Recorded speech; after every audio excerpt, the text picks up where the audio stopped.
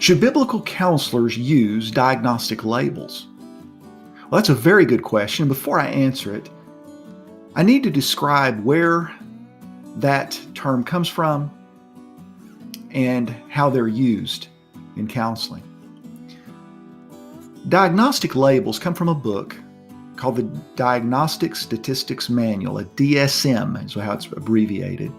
And it's used by all types of secular counseling therapists and psychologists and psychiatrists to help label or describe certain experiences individuals that are having problems in living undergo.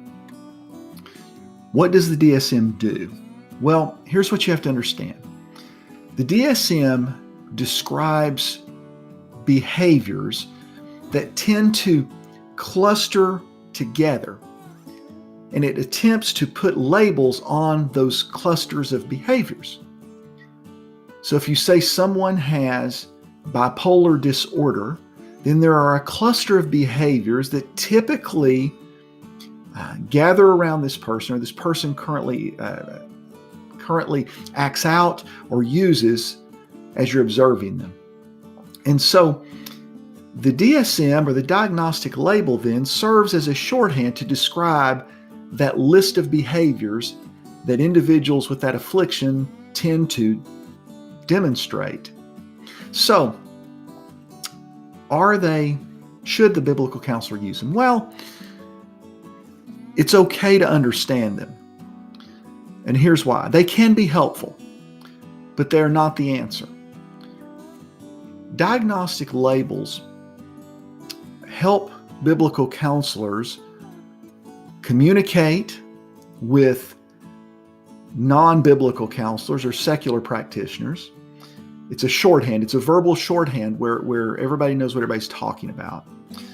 It also helps understand the story of what we might call the psychologized counselee, the person that comes in and they've looked on the internet and they're convinced they have such and such disorder. So it helps the biblical counselor to understand what they're talking about. The problem with diagnostic labels is that diagnostic labels do a pretty good job of describing the what. However, they do a miserable job of describing the why. And so as biblical counselors, what we can do, or what we should do most likely, if a diagnostic label floats into our atmosphere, is seek to understand more about the person's experience. Understand those behaviors as they cluster together, but understand particularly what's going on in the individual's heart.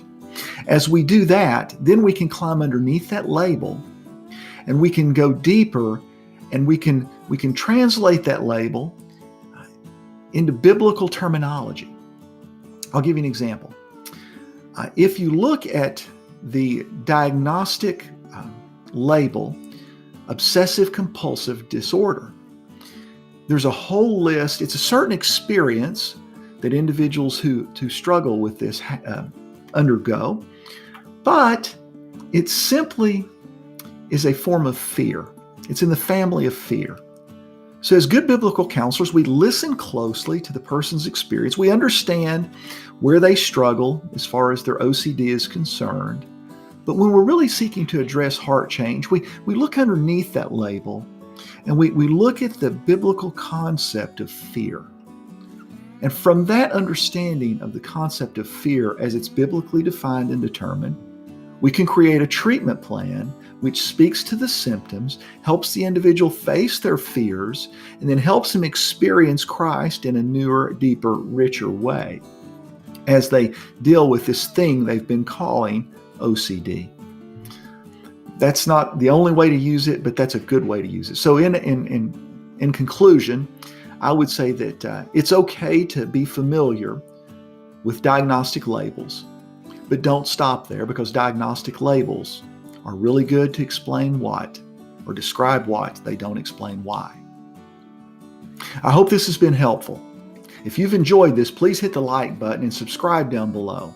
If you have any questions, feel free to enter them in the comments section. God bless. We'll talk again soon.